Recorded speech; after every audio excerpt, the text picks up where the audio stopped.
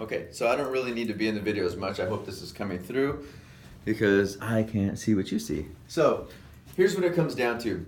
What most people are trying to do is change behavior, whatever it is, whether they don't feel like they're motivated enough, whether they're smoking cigarettes, whether they're drinking, using drugs, committing crimes, whether it's anger, conflict in relationships. What people are always trying to do is change behavior, but that's not where things start. So then they think they get smart and say, well, maybe I need to go see a mental health counselor because that person can help me with my emotions about things. And if I can get my emotions right and understand them better, then I can behave better in my relationship, at my job, or what have you. But this is secondary. All emotions and all behavior flows from the languaging that's happening in our mind. So, for example, let me ask you this. Right now, you have you're aware of your stressors, things that throw you off, whether it's relationship problems, family problems, financial worries or concerns. We all have stressors in our life, right? And so if you and I had never met,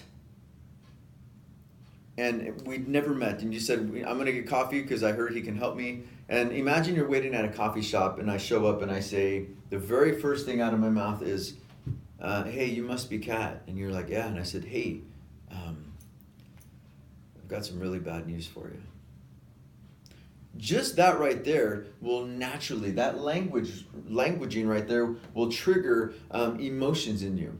Just as long as I posture myself correctly, do the sad face and say, I got some bad news for you, then what your brain will do is your brain actually won't even care about what the bad news is. What the brain does is it does two things. It pulls your existing stressors along with all the trained emotions that it possesses based on all the thousands of times that you've heard bad news in your life.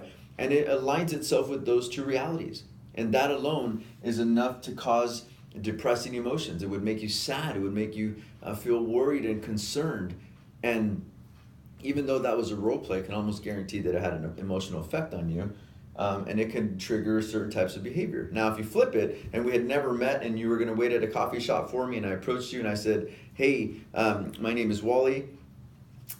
Kat, you must be Kat, right? Hey, I got some really, really great news for you. That probably even triggered a little smile right now, simply because that language in your brain is pulling forward all of the emotions that have been connected to the thousands of times that you've heard really good news.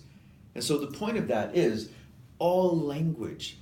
If I have the power to influence you in a role play, how much more powerful do you think the language that's happening in your mind throughout the course of the day is affecting your emotions, which in turn influences behavior?